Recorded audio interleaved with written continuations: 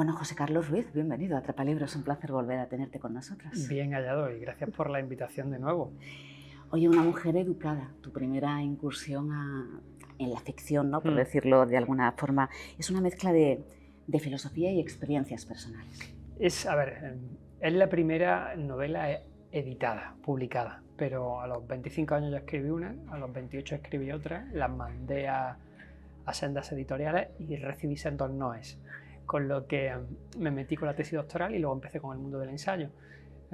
Pero hay una apetencia latente siempre, que yo era joven, de hacer ficción. Eso lo he tenido, ¿no? Lo que pasa es que, bueno, por las circunstancias vitales no salió bien aquellos dos primeros intentos de literatura, y la narrativa filosófica, que quizás sea una de las cosas que me han posicionado a nivel mediático, la he trabajado siempre como una narrativa muy próxima a la ficción. Quiero decir, yo tengo una obsesión con el estilo narrativo, y en mi ensayo he cuidado mucho que ese estilo sea accesible pero elegante, y que de alguna manera todo el mundo que se acerque pueda leerlo con facilidad y nutrirse. Es decir, yo creo que hay una literatura en esa narración de los ensayos. Entonces ahora lo que me quedaba era dar el salto a la ficción pura y dura. Esta es una novela de ficción que me ha costado muchísimo. He estado 2 años y medio trabajando los personajes. Es decir, hay 6 personajes, un personaje principal con un acompañante y luego una serie de personajes que van apareciendo en esa narrativa. Y es verdad que los he trufado, no digo que sea la esencia de la novela, pero sí están trufados de filosofía. Es decir, la personaje principal es catedrática de filosofía. Eso te iba a decir. Eva, que es la... Eva tiene 43 años y es una mujer brillante que ha conseguido la cátedra siendo la más joven de su universidad y se ha dedicado en cuerpo y alma a la filosofía. Lo que pasa es que, bueno, por circunstancias vitales, pues la novela comienza con una enfermedad mortal y ella lo que decide es poner su sabiduría al servicio del legado que le va a dejar a su hija pequeña, que no la va a conocer. Entonces, venía muy bien tener ese proceso filosófico de fondo, porque las ideas que tú vas a legar son experiencias vitales reflexionadas. Es decir, que extraes como conocimiento de tu vida y cómo se lo conviertes en ideas. Entonces, de ahí que aparezca esa narrativa ahí. De hecho, hablamos de Eva, que tiene 43 años, que, como tú dices, ha logrado sus 2 objetivos principales, ¿no? Catedrática de filosofía y ser madre, porque la maternidad también sobrevuela toda la novela, y diagnostican un cáncer terminal, ¿no? A partir de entonces ella, como comentabas, va a centrar todas sus energías en un único propósito, ¿no? Construir ese mejor legado para su hija Lucía, y lo hace con cartas. Sí. Es un homenaje también a uno de los libros que tengo como referencia en mi vida, que son las cartas a Lucilio de Séneca. Séneca, cuando tiene 64 años y le queda un año para morir, sabe que es el final de su vida y que va a ser su última hora probablemente, decide transmitir todo su conocimiento y su legado biográfico e intelectual en esas cartas a Lucilio, que es un discípulo que no sabemos si se lo inventó, si era real, pero son pequeñas cartas de 5 paginitas donde va dejando lecciones vitales, va dejando una guía para la vida a ver qué se va dando a conocer. Entonces Eva, que es una filósofa brillante, cree que su mejor obra es esta final, es decir, necesito dejar un legado para mi hija que no va a tener una imagen de mí, porque no se va a acordar, tiene 18 meses, es imposible que me recuerde. Entonces, cuando se acerca a ese legado, ¿qué es lo más importante que puedo dejarle? Para que ella me conozca a nivel biográfico, pero también que tenga una guía que le ayude a orientar su vida. Es decir, ella tiene esa obsesión de cumplir esas 2 cuestiones, ¿no? Es decir, bueno, quiero que mi hija tenga una imagen de mí auténtica, real, y también tenga una guía para la vida. Entonces hace pequeñas cartitas a su hija dentro de la novela, ¿no? Donde va dejando esas píldoras filosóficas. Y otro personaje, hablamos de personajes antes, tenemos al cuidador, que es Daniel, que tiene 31 años, estudiante también de psicología. Qué difícil esa figura de cuidar a un moribundo, ¿no? Como dice. Sí, es así, pero es un cuidador que está muy asentado en la realidad que yo he conocido cuando he dado clase en instituto, ¿no? Y era que muchos de mis alumnos, algunos de mis alumnos con 14, 15 años decidían abandonar los estudios y ponerse a trabajar, y luego, a medida que han ido creciendo, me los encontraba haciendo la prueba del bachillerato de adultos en el mismo instituto donde estábamos, ¿no? Y entonces le preguntaba, ¿pero qué haces aquí? Y reconocían algo muy bonito, y es la importancia del conocimiento en los progresos personales, ¿no? Y entonces se volcaban en aprender, en estudiar, en formarse a partir de los 25 años. Daniel es ese personaje que de alguna manera ha sido un cabra loca en la juventud y que a medida que crece madura el razonamiento intelectual de poner en valor el conocimiento. Y descubre que el acompañamiento a los moribundos, es decir, estar acompañando en los meses finales o en el año final a una persona en su vida sabiendo que no hay un más allá, tomando conciencia de finitud, es lo que a él le aporta la autenticidad. Es decir, él tiene una teoría y es que solo cuida a moribundos porque son los que saben dónde está la esencia de la vida, los que la situación vital los ha colocado en tal posición que jerarquizan muy bien lo que es importante de lo que no es importante, lo que es trascendental de aquello que son alharajas y te puedes deshacer de ellas.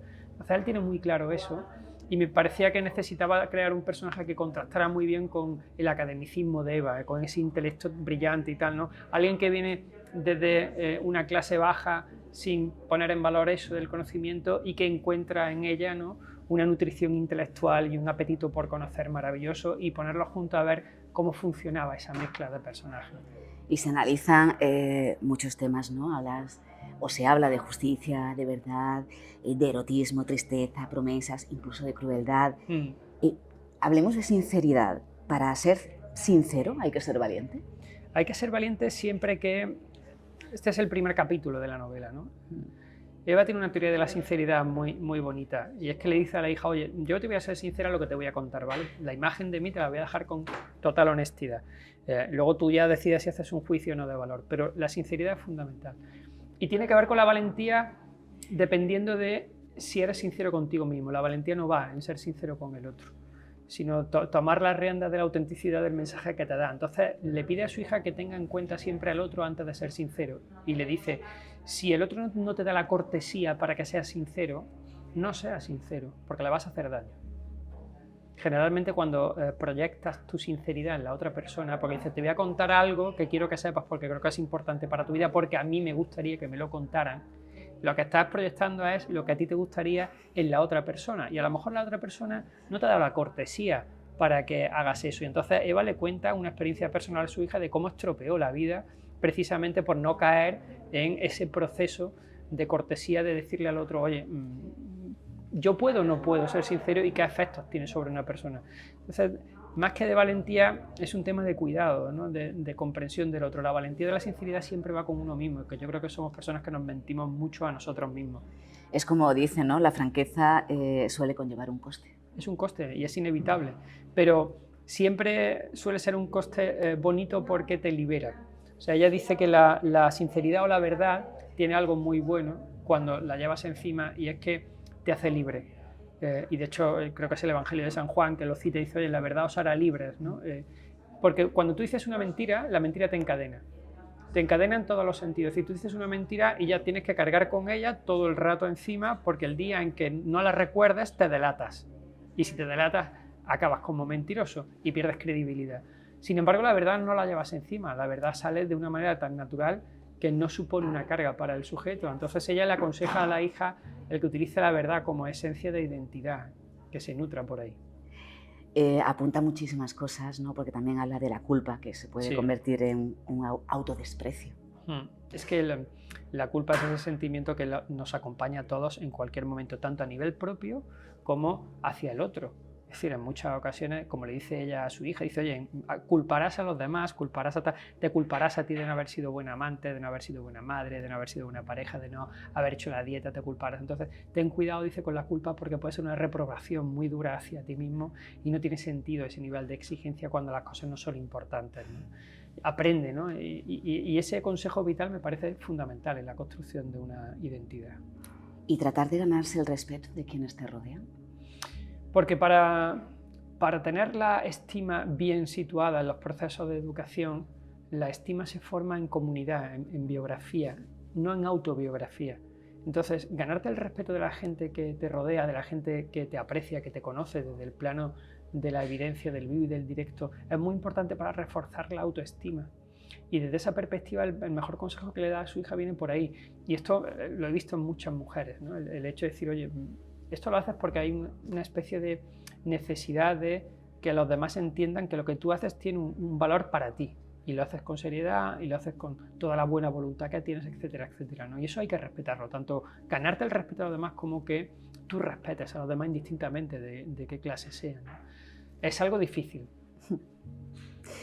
Y Algo que apunta también ella es la soledad. Dicen que es la epidemia del siglo XXI. Pero soledad como amenaza, pero también como necesidad. Mira, para la novela hablé con 22 mujeres.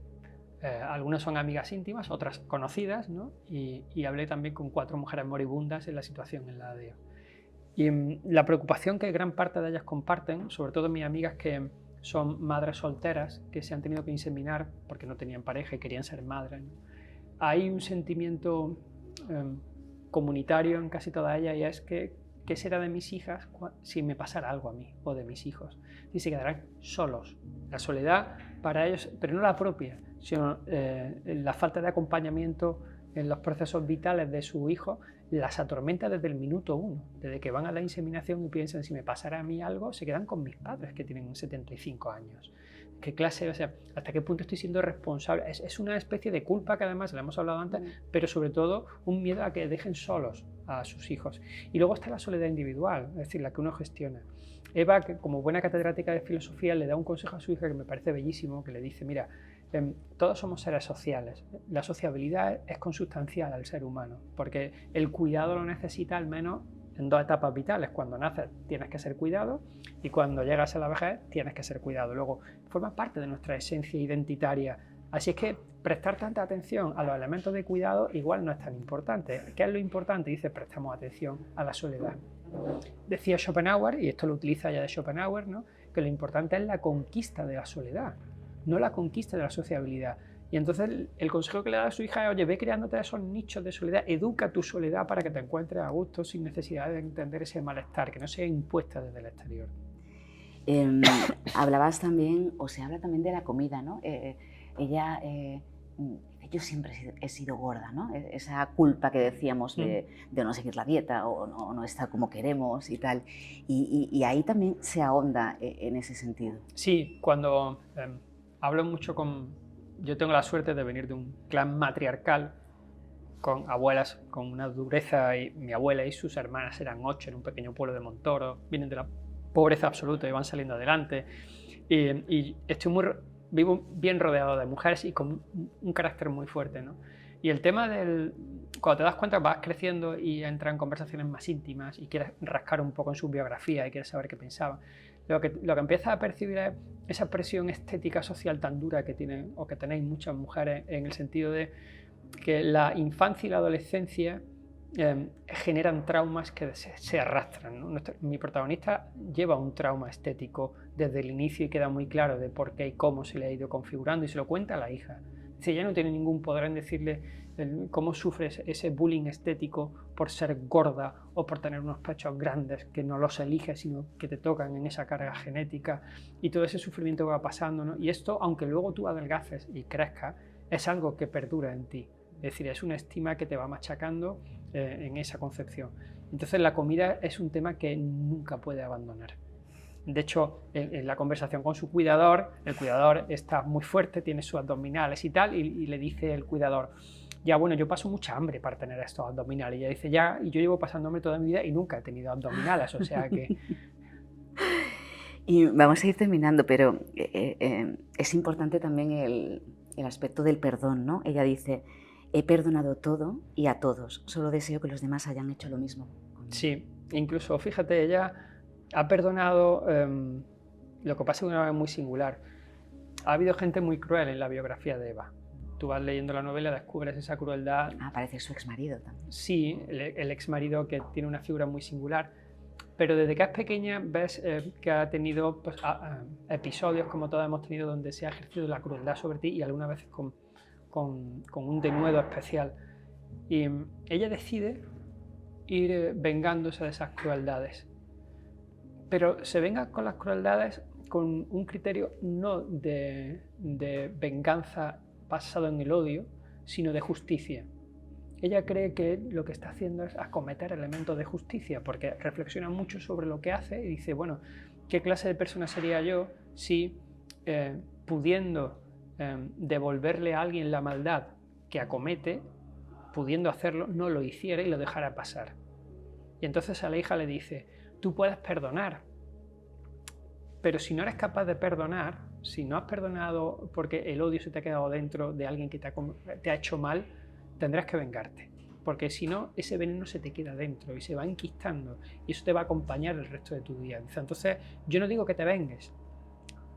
Perdona, si eres capaz de perdonar y pasar página, pero si no, entonces Busca justicia, ¿no? Busca la venganza porque es un criterio de justicia para ti, pero también para la sociedad, porque ella dice, ¿qué clase de persona sería yo si dejara que los Luises del mundo, Luis es uno que le hace una barbaridad, siguieran campando a su ancha sabiendo que yo puedo darle una lección que a lo mejor haga que modifique la actitud de esa persona? O sea, yo tengo la capacidad y puedo hacerlo, y la cuestión es, ¿debo o no debo hacerlo? Porque si no lo hago y lo dejo pasar, esa persona va a seguir fastidiando a otros mucho. Entonces, hasta cierto punto es un criterio de justiciera, es decir, oye, pero no lo hago porque quiera acometer el mal hacia la otra persona, sino porque creo que hay que equilibrar la balanza de la justicia.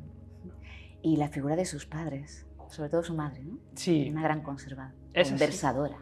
Es así, porque la conversación, que es uno de los elementos más bonitos que hay, o por lo menos los que más he trabajado en la novela, las conversaciones están muy cuidadas. Me ha llevado mucho pulir el estilo, que fuese natural, que encontraras dinámica de proximidad, y hay un momento en el que el cuidador se sorprende del padre, porque el padre es catedrático de literatura en el instituto, está jubilado pero sabe mucho de literatura.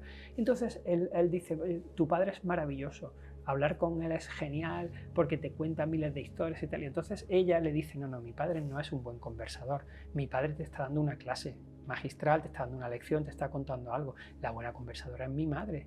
Dice así, échale cuentas, centra el foco en ella y vas a descubrir algo muy bonito. ¿Qué vas a descubrir? Y dice, pues que básicamente mi madre te hace hablar sin que ella necesite hablar mucho, te deja ese canal de comunicación abierto, pero además cuando termina la conversación te vas y sigues reflexionando sobre los temas que has conversado. Esa es una gran conversadora, la que consigue dejar en ti esa semilla que después va germinando, después de la conversación te acompaña, ¿no?, ese proceso, ¿no? Y creo que es un elemento esencial de la novela, la conversación.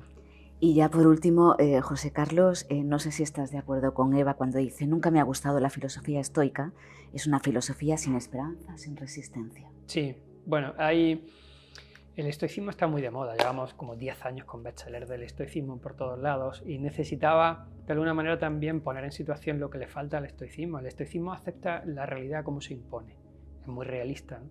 Y desde esa perspectiva lo que busca es abrazar el acontecer. Lo que acontezca se abraza y se acepta. ¿Y se acepta qué significa? Que te resignas. Te resignas. Es decir, no es que te hagas fuerte, es que no te queda otra. Y por lo tanto te resignas, pero eliminas la capacidad de generar esperanza en el sujeto, ¿no? El decir, bueno, la esperanza no es un mal que se ha quedado en la tinaja ¿cómo se llamaba la de Pandora? O sea, Pandora, dentro de su caja de Pandora, cuando la desata, todos los males salen y el único mal que se queda dentro es la esperanza. Y la guarda. Y dice, bueno, este no va a salir, este se va a quedar aquí, ¿no? Lo que se implica de alguna manera también comprender la esperanza desde lo que nos queda como humanos a la hora de tener un ápice de cambio, de decir, se puede modificar algo, podemos intentar buscar otra perspectiva de lo real, del acontecer, podemos mirarlo desde otro punto de vista. Entonces ella dice, no soporto a esas personas que sufren estoicamente y en silencio, y no lo soporto, es decir, esto es injusto lo que me está pasando, no lo merezco, narices, o sea, yo aparento mucha naturalidad fuera, parece que lo sobrellevo bien, pero por dentro estoy muriéndome, estoy carcomiéndome, o sea, no me parece justo. Y dice, ojalá fuera estoica, le dice. En algún momento dice, ojalá fuera estoica, pero me temo que no lo soy. Pues José Carlos, muchas gracias, un placer volverte a ver y gracias por este regalo. Que es Nada, gracias a ti, un abrazo.